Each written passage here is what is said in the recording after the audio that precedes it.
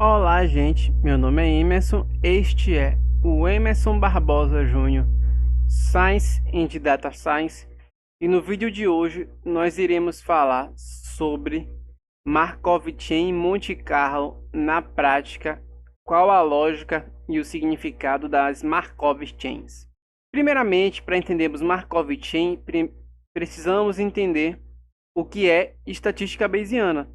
Temos o que é chamado de teorema de Bayes. Já tem vídeos no canal aqui, se você quiser saber sobre estatística bayesiana, mas temos uma fórmula básica, que é a posterior, que é a medida de evidência, que seria de uma hipótese, dada uma evidência, qual a probabilidade dessa hipótese acontecer, dada que eu tenho essa evidência, seria a verossimilhança, probabilidade de uma evidência acontecer dada determinada hipótese, a prior, seria o que você acha, e a marginal, que seria a probabilidade da evidência acontecer. Basicamente, nós temos, para chegar à hipótese e à evidência, temos a evidência dividido pela a evidência dada à hipótese, nós temos a prior, e nós temos a prior, que seria a hipótese sozinha, e temos a evidência sozinha, para entendermos a probabilidade dela. Isso deriva de basicamente da teoria da probabilidade, no qual existem regras específicas que nós chegamos nessa fórmula matemática específica que deriva de uma dedução lógica da estatística bayesiana como um todo. Mas eu não vou explicar isso agora, isso não importa pra gente agora. Primeiramente, o que precisamos entender é que a posterior, ela seria basicamente a evidência.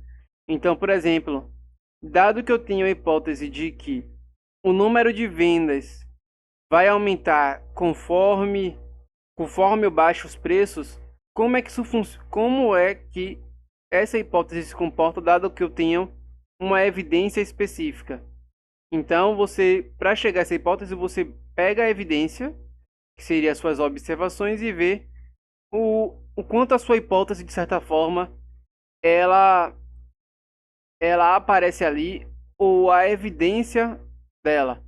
Existem outras coisas como verossimilhança máxima que eu não vou falar aqui, mas basicamente a posterior indica o resultado da sua pergunta, da relação entre sua hipótese e como se comporta a sua hipótese e qual a probabilidade dela acontecer. Então a probabilidade de sua hipótese acontecer é a posterior, que é o resultado. Seria basicamente a probabilidade e o resultado que você quer quando você estuda estatística bayesiana.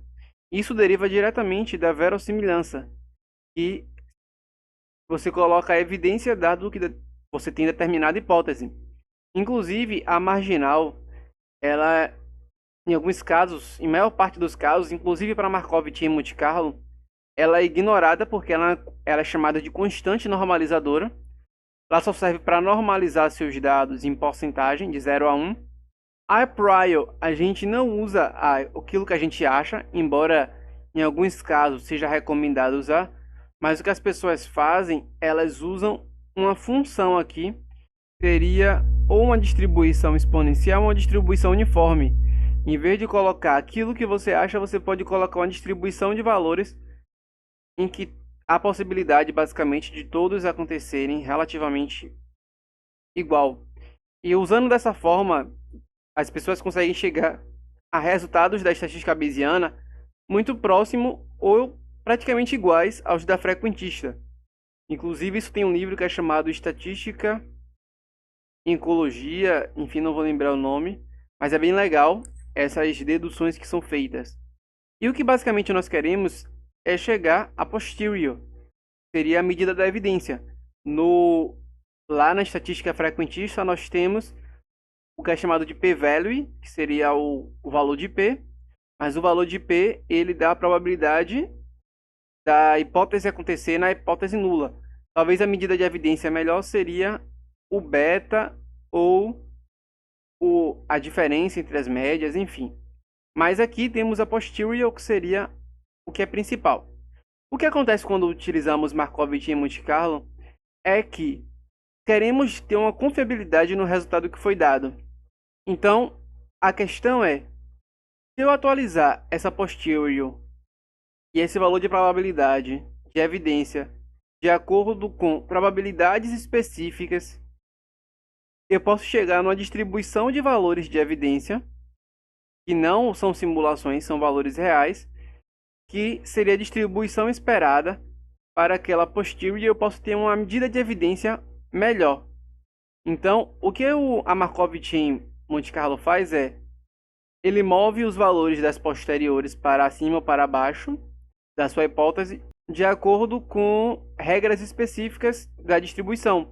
Então, isso aqui é a Markov Chain Monte Carlo. Monte Carlo vem de grandes números, de você fazer sorteio de vários números, e Markov Chain porque isso funciona como se fosse uma cadeia. Você tem um valor, ele pode voltar, pode ir, e isso acaba formando uma cadeia de valores no qual a tendência é que a posterior com maior probabilidade e com maior evidência real, ela fique mais frequente na sua distribuição. E o que basicamente você vai ter regras como algoritmos metrópoles para passar de um para o outro. Então você tem regras que são probabilidades dele ir e voltar. E aí cada sistema ele vai ter um comportamento diferente. Você pode utilizar algoritmos diferentes de acordo com o fenômeno. E a ideia é você chegar a uma curva de distribuição das suas posteriors, que representa qual a região da sua distribuição e qual o valor que aparece mais frequente dos seus valores de posteriori.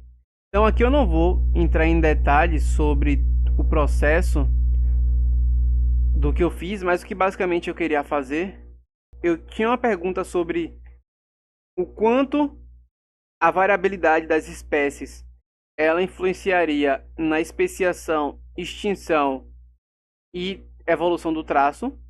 E aí o que foi que eu fiz basicamente foi criar as posteriors. Eu vou mostrar a vocês aqui essas posteriors. Deixa eu carregar em primeiro aqui. E eu vou mostrar. Essa parte aqui não importa muito, é apenas o carregamento de dados para que aqui embaixo calcule as posteriors, que é o que você vai ver na prática. Eu calculando as posteriors e depois rodando a Markov Chain Monte Carlo. Agora que isso acabou, nós temos uma árvore, os estados das espécies. Eu quero saber se com mais, por exemplo, variação, se existe maior especiação. E aqui a árvore, e aqui basicamente estou calculando os posteriors. Então cada estudo específico vai ter uma maneira de calcular os posteriors. Então o que eu fiz aqui foi calcular os posteriors. Aqui eu vou ter os resultados. Deixa eu mostrar aqui o resultado para vocês. Então aqui para o estado 1, aqui é especiação, extinção e transição. E aqui eu tenho os valores de posterior. É isso aqui.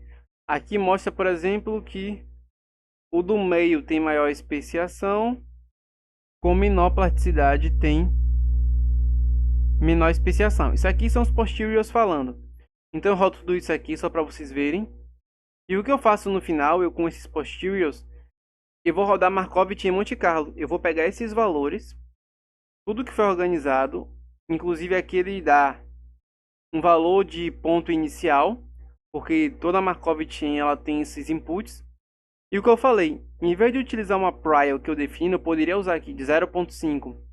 Mas os estatísticos eles costumam usar distribuições específicas. Nesse caso aqui uma prior exponencial, que é o recomendado. Inclusive aqui eu vou dar aqui um F1 para mostrar a vocês.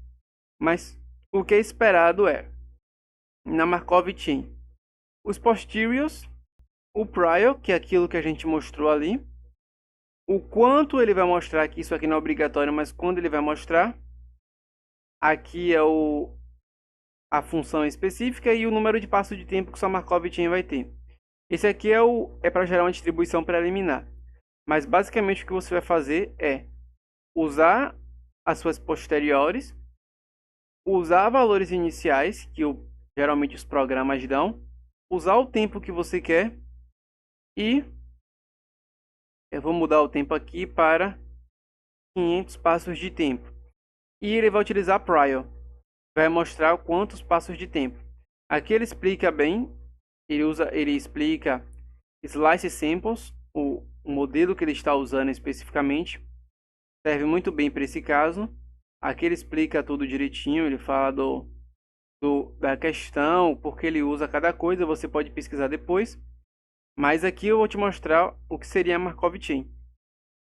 Seria basicamente você roda, você tem a posterior, você tem o prior daquela função, você não usa, como eu falei, a constante normalizadora, que é a parte de baixo, que só vai fazer o seu programa demorar carregando mais uma coisa. Você usa só a parte de cima da equação. Você coloca um valor inicial e coloca o número de passos de tempo que você quer que rode. Então ele vai rodar isso e ele vai te dar um resultado desses valores atualizados em cada passo de tempo.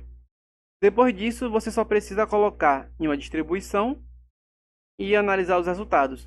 Então aqui a cada 100 passos de tempo, conforme eu informei, ele está atualizando aqueles valores que eu mencionei anteriormente.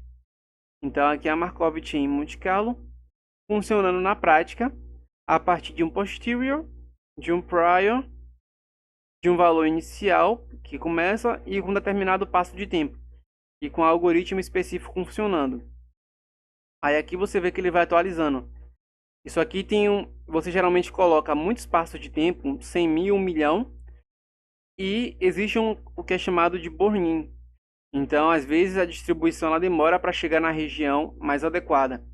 Então você corta a primeira parte da simulação, os primeiros 20%, 10%, dependendo da sua distribuição. E o que você vai ter são os valores mais confiáveis da sua distribuição de valores. E você vai plotar num gráfico para saber e ver as diferenças. Então aqui ele está rodando e atualizando esses valores. Se eu não me engano, aqui é a verossimilhança do modelo atualizando. E aqui eu coloquei só 500 passos de tempo para não demorar muito. Dependendo da situação, ele pode rodar mais rápido ou mais lento. E depois eu vou mostrar para vocês essa análise na prática. Então eu tinha valores individuais. Esses valores individuais de posterior estão gerando valores atualizados ao longo do tempo, em cada passo de tempo. Essa distribuição está mudando. E com esses vários valores eu posso gerar uma distribuição de valores e descobrir qual a distribuição mais confiável. Então aqui eu tenho o resultado da Markov Chain Monte Carlo, conforme eu falei. O I é o passo de tempo e aqui são aqueles valores que aqui é a posterior e esses valores se atualizando conforme o tempo passa. A Markov Chain Monte Carlo é basicamente isso. Você modifica essa posterior de acordo com regras específicas para gerar distribuição de valores. E para fechar, vou mostrar só uma análise aqui para vocês de como isso funciona na prática. Então eu vou ler uma Markov Chain Monte Carlo que eu rodei há um tempo atrás. Vou mostrar só para vocês verem o tamanho. 100 mil observações. Então aqui são as 100 mil observações. E o que eu vou fazer aqui, eu estou excluindo os 20%. Existe uma coisa chamada Effect Size, que é para você ver se sua distribuição convergiu e se seus resultados são confiáveis. Você pode utilizar o Bayes Factor para ver se está para ver as diferenças e classificar o tamanho das diferenças, mas aqui é o que importa, né? Agora o que importa é eu mostrar a vocês isso na prática. Então aqui são os valores de Markov ao longo do tempo. Seria basicamente o log de verossimilhança se alterando ao longo do tempo. Aqui, por exemplo, eu tenho... Vou pular para o que importa. Aqui eu tenho uma especiação. Que nesse caso aqui seria a distribuição de valores. Então aqui eu encontrei uma distribuição de valores mais para a esquerda, outro mais para a direita, mostrando que tem diferença entre posteriors entre diferentes estados. Então isso é Markov Chain Monte Carlo na prática. Tudo isso que eu rodei apenas para chegar nessa distribuição específica.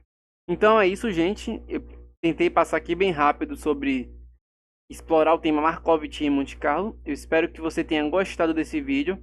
Dá um gostei se você gostou. se inscreve no canal e até os próximos vídeos. Até logo!